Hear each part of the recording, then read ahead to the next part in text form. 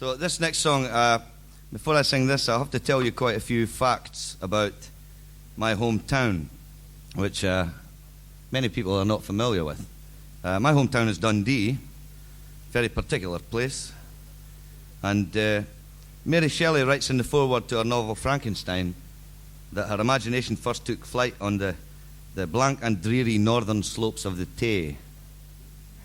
So there's no argument about where that is there? Frankenstein comes from Dundee, we've established that. There was a man called James Carmichael, a wonderful engineer, who in Dundee invented reverse gear. See, you're laughing, but is this actually true? And later became invaluable to the Italian army. So we got Frankenstein reverse gear, and in 1690, a man called Patrick Blair, actually a doctor, Dr. Patrick Blair, became the first man to dissect an elephant. Now, the elephant had died on the road between Broughty Ferry and Dundee. You keep laughing. Anyway, Patrick had nipped out there with his scalpel and chibbed it. Anyway, he wrote a paper which is called Osteographica Elephantina, which I've actually seen a copy of in Dundee Museum. So, Frankenstein reverse gear and the first man to knife an elephant for money. And then last year, the greatest of them all, the biggest thing ever to happen in Dundee. Has anyone heard of Sandy Kidd? No? That's a very shocking thing, that. Well, Sandy is an inventor who worked in his garden shed for years, and he made a machine which produces thrust without opposite reaction. That was definitely a female voice. Anyway, what this means, really, in ordinary terms, you know when a spaceship goes up, all the fire comes out the back? Well, with what Sandy has produced, it's just a machine which rises up. There's no fire. Anyway, he's interfered with the laws of physics, and he took his machine to Dundee University, and then they brought up the finest minds in England. And they ran some tests, and the only thing they knew about it was that it works. It works. He's made 17 of these machines, small ones, and they've all worked. So Dundee University then called a halt to the research. They said they'd spent £8,000 and hadn't reached the nearest galaxy yet. So some Australians stepped in, very wealthy people, and also the Australian government, and gave him the money to do his research down there. I mean, we've been laughing through all of this, but it's actually in the end a very, very sad thing that he left the country and went to Australia, and currently there's one model being made in America and one in Australia.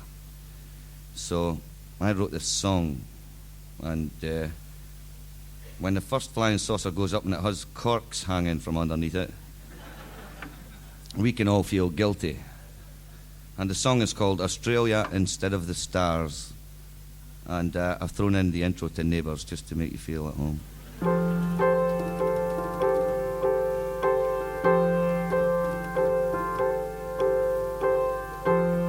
He racks his brains till he finds out his peers all show the romance of a ticket tout, and with our hands on our hearts and our hearts in our mouths, the bad news from here is it's over and out, so we can stop telling lies. We know what we're like, and I wish I'd seen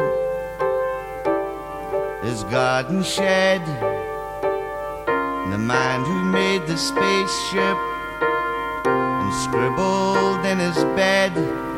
Is it all we can do when we do raise our heads to wave him goodbye to a Australia instead of the stars. We know what we are. The dog that was barking to signal the end. From up Einstein's closey, we're growling again. And all the Queen's horses and all the Queen's men would faint from the smell of the treason we send to the stars. We know what we are. And in this wilderness of downward thumbs, until we've done our homework, there will be worse to come. Now we've spent the 8,000, such an unhappy sound, and we don't know the stars from a hole in the ground. We'll get by selling cars. We know what we are.